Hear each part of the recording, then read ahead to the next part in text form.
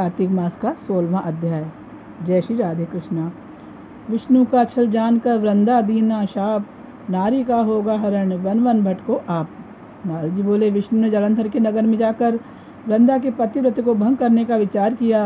विष्णु की माया से वृंदा ने स्वप्न में अपने स्वामी जलंधर को भैंसे पर चढ़े दे तेल लगाए, नंगे शरीर काले पुष्पों के आभूषण पहने हुए राक्षसों के साथ सिर मुड़ाए, अंधकार के बीच दक्षिण दिशा को जाते देखा। अपने सहित नगर को सागर में डूबा देख उसकी निद्रा उचट गई और वह अपने स्वप्न को सोचने लगी। निकलते सूर्य को छेदों से युक्त और कांतिहीन देखा तो अनिष्ट जानकर वह डर कर विलाप करने लगी। गोपुर अटारी में कहीं भी उसको सुख नहीं मिला। फिर 2 सखियों के साथ बाग में आई। डरी हुई वह भ्रमण करते हुए वन में गई, पर सुख को प्राप्त नहीं हुई। फिर वन में घूमती हुई वृंदा ने सिंह के समान मुख चमकती हुई दाढ़ी और नेत्र वाले भयंकर 2 राक्षसों को देखा। जब वह डर कर भागने लगी तब वहां पर शिष्य समेत एक तपस्वी को देखा।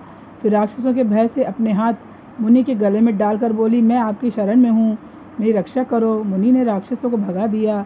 मुनि की हुंकार से भगे हुए राक्षसों को देख वृंदा प्रणाम कर बोली, हे कृपानिधि, आपने मेरी रक्षा की है। मैं एक प्रार्थना करती हूँ, मेरे स्वामी जलंधर रुद्र के साथ युद्ध करने गए हैं, वे कैसे हैं? मुनि वृंदा के वाक्य सुनकर ऊपर को देखने लगे। इतने में ही 2 बंदर आए और मुनि को प्रणाम करके आगे खड़े हो गए। मुनि की भ्रुकुटी को इशारा पाकर वे आकाश में चले गए।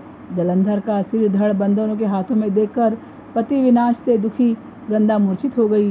तब मुनि ने अपने कमंडल का जल छिड़क कर उसकी मूर्छा दूर की। वह अपना मस्तक पति के मस्तक पर रखकर रोने लगी। प्यारे, अपने मधुर वचनों से आप मुझको आनंद देते थे, सो आज क्यों नहीं बोलते?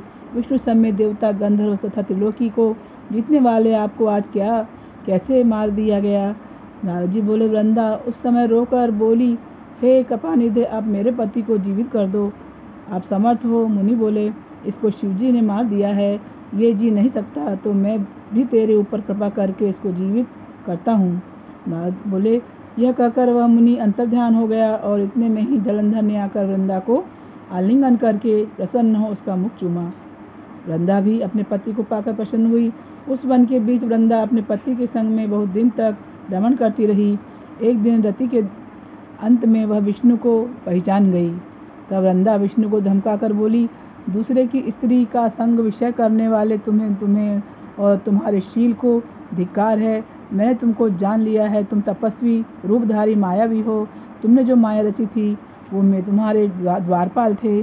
क्रोध करके वृंदा ने शाप दिया, वही बंदर राक्षस होकर तुम्हारी स्त्री को हरेंगे और तुम भी दुख से वन में बंदरों से सहायता लोगे।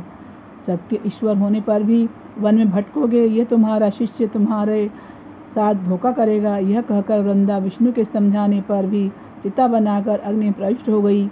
तब वृंदा का तेज पार्वती जी में लय हो गया।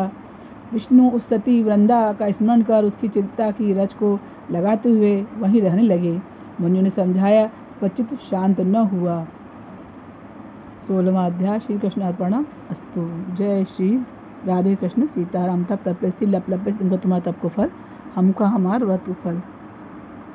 नानो मोटो चंदन घोटो गौरी पुत्र गणेश मोटो।